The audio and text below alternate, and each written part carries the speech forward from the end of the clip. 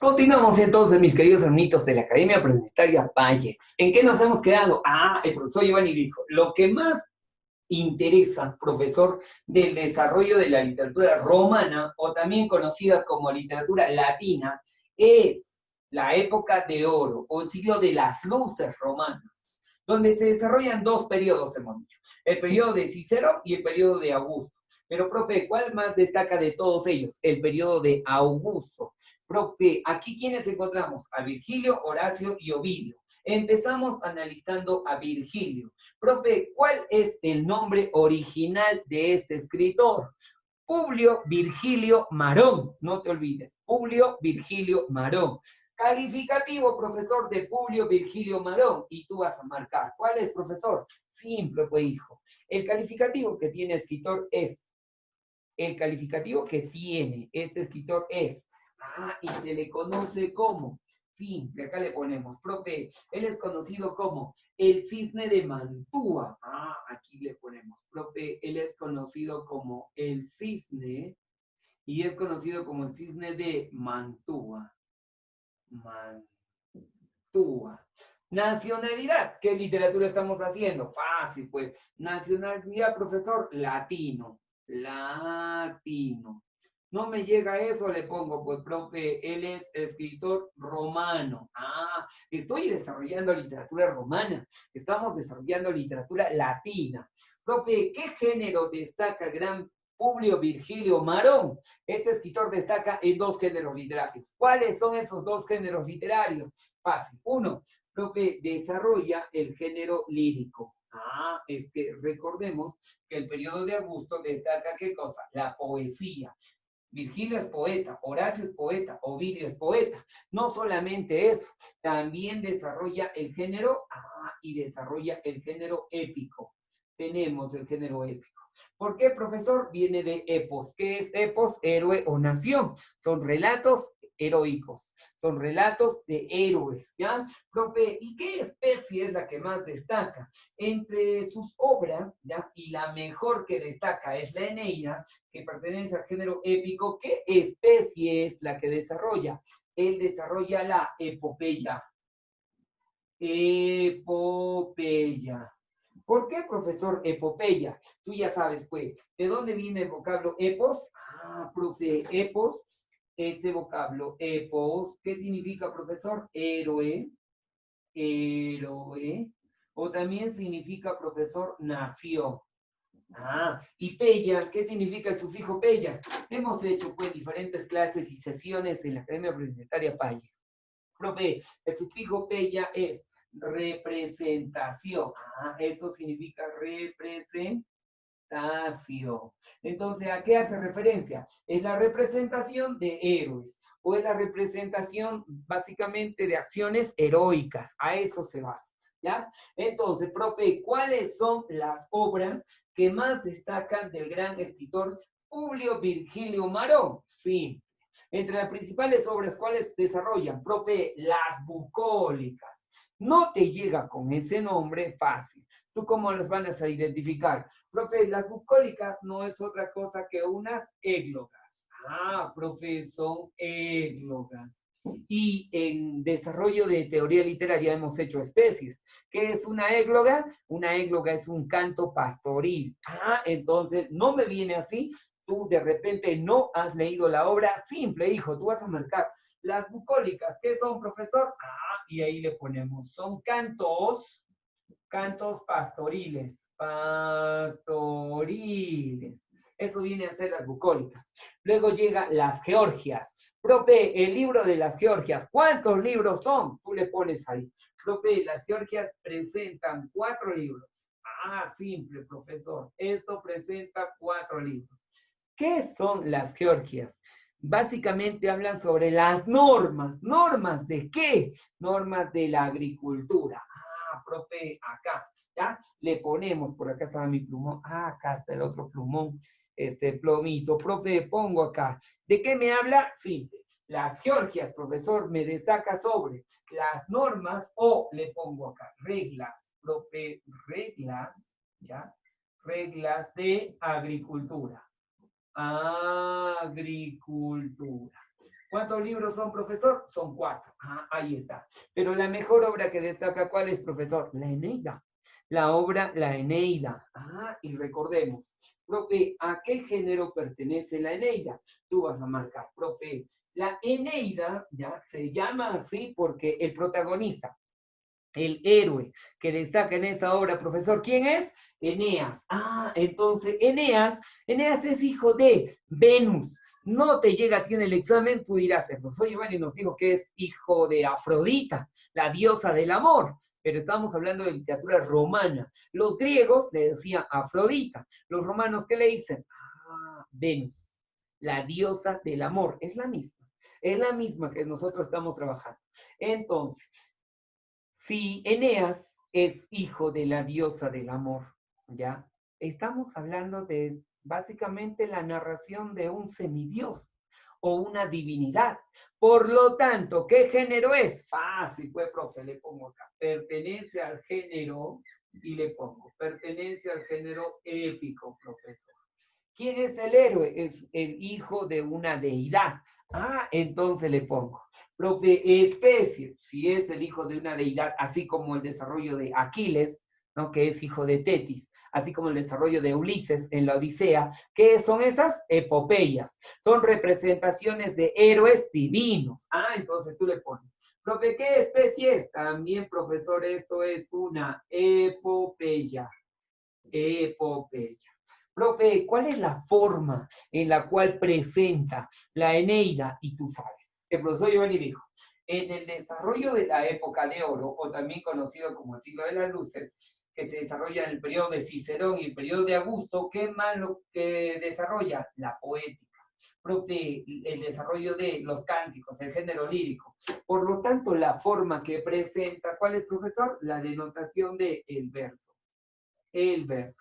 Recuerden que esta obra está inspirada tanto sea en el poema de la guerra y el poema de la paz del gran Homero, del gran Melesígenes, el padre de la literatura griega. Profe, su estructura, ya hemos dicho, esta obra tiene la mitad de cantos de la Ilíada y de la Odisea. La Ilíada tiene 24 cantos, la Odisea tiene 24 cantos. Ah, entonces tú le pones, profe, acá presenta 12 y son 12 cantos. Ah, pero recordemos que esta obra está dividida en dos partes. ¿Cuáles son esas dos partes, profesor? Simple, pues, hijo, acá le pongo. Esta obra presenta 12 cantos, pero está dividida en dos partes. ¿Cuáles son esas 12 partes? La primera, hijo, los 6 libros, ya, los 6 primeros hablan sobre los viajes de Eneas. Ah, entonces ponemos acá. Profe, 6 libros de los 12, 6 libros, hablan sobre los viajes. Y son los viajes de Eneas. Eneas, el héroe. Profe, ¿y los otros 6 libros de qué me hablan? Ah, los otros 6 libros me hablan sobre la lucha. La lucha. ¿De quién? De Eneas con los pueblos, ¿ya? Con los pueblos itálicos. Itálicos. Entonces, esta obra presenta dos partes. Su estructura, profe, tiene 12 cánticos o 12 libros. Los 6 primeros libros solamente me hablan de los viajes del protagonista, de Eneas. En cambio, los 6 siguientes libros, ¿de qué me hablan? Sobre la lucha, ¿ya? Con los pueblos itálicos. Eso tenemos que tener en cuenta.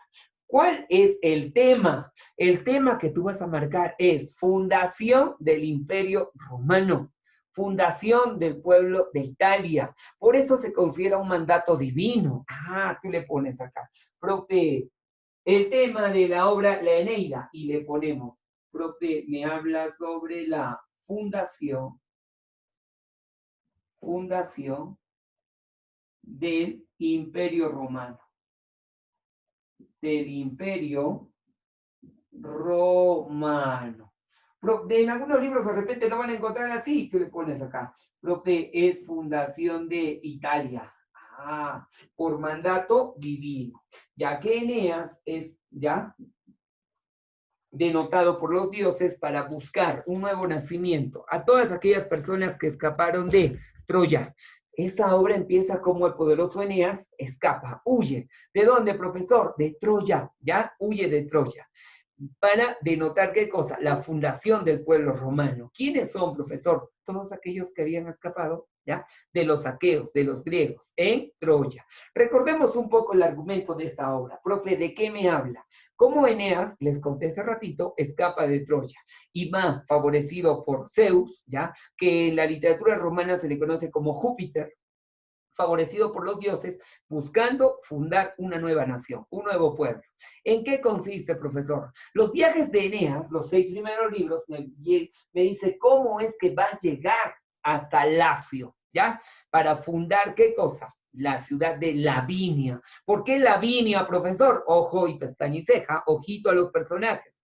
Ah, es que Lavinia va a ser la última esposa a la cual, en honor a su nombre, funda, ¿ya? La ciudad romana, con ese nombre. Profe, recordemos un poco. Los 6 primeros libros me hablan sobre los viajes del protagonista, del héroe, Eneas, y me va a narrar cómo es que una y otra vez va a tratar de lograr llegar a ese contexto. Pero recordemos, Juno, profe, ¿quién es Juno? Juno es en latino, en griego es Hera, la esposa del poderoso Zeus, que en romano, en latino, estamos hablando sobre Júpiter.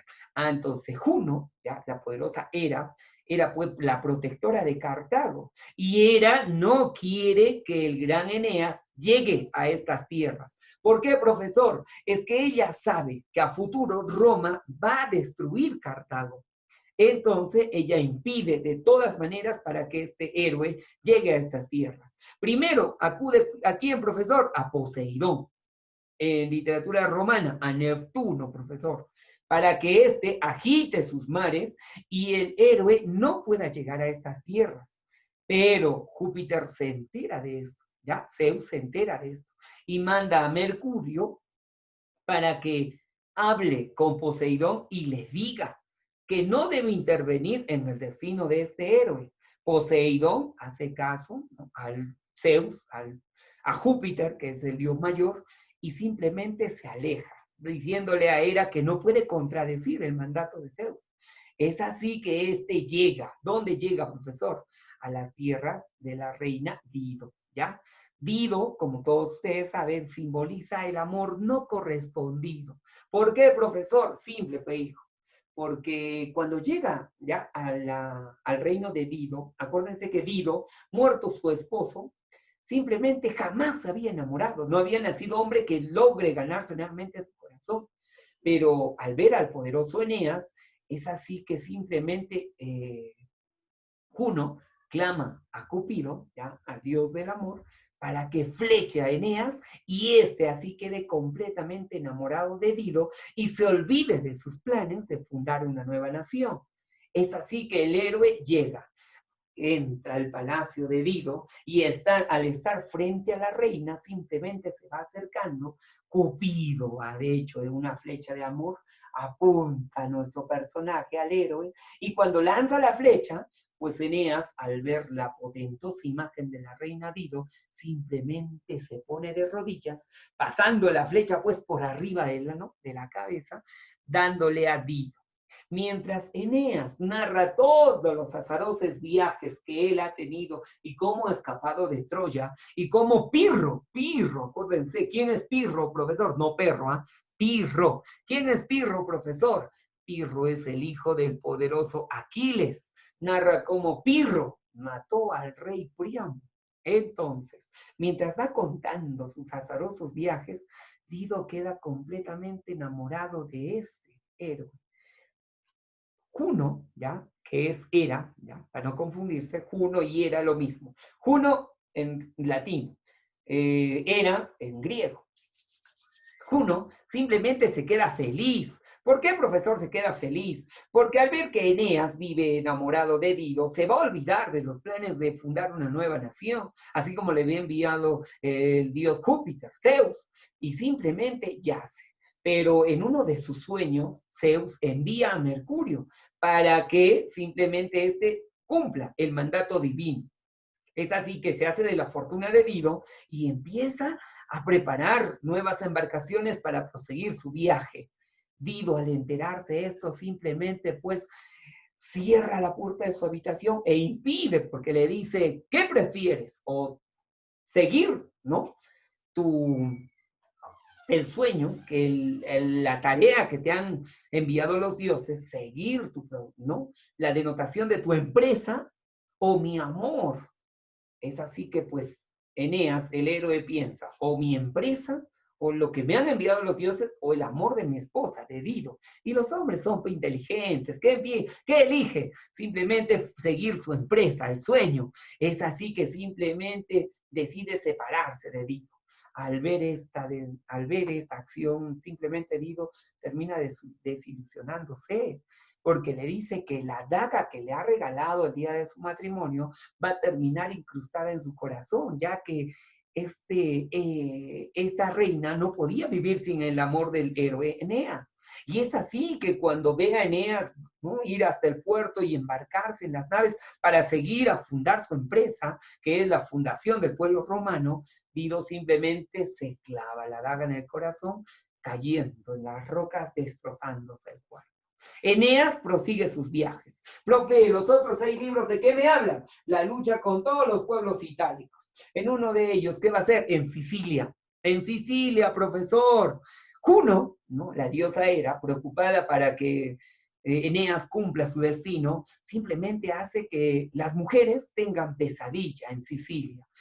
Sueñan horriblemente que sus hombres son descuartizados, bañados en sangre, completamente destrozados, y ellas, temiendo lo peor para sus hombres, deciden incendiar las naves, a lo cual va a impedir que Eneas cumpla su sueño, va a impedir que Eneas cumpla su empresa, el mandato divino que le han dado los dioses. No, Eneas simplemente se separa de esas mujeres y prosigue su viaje. Hasta llegar, ¿dónde, profesor? A Lacio. En Lacio, ¿quién está? El rey Latino. Y Latino tiene una hija llamada Lavinia. Lavinia está enamorando, su pretendiente es Turno, ¿ya? Pero la profecía le había dicho que va a llegar un foráneo, un extranjero a estas tierras para acceder a casarse con su hija, Lavinia. Es ahí que Eneas entra.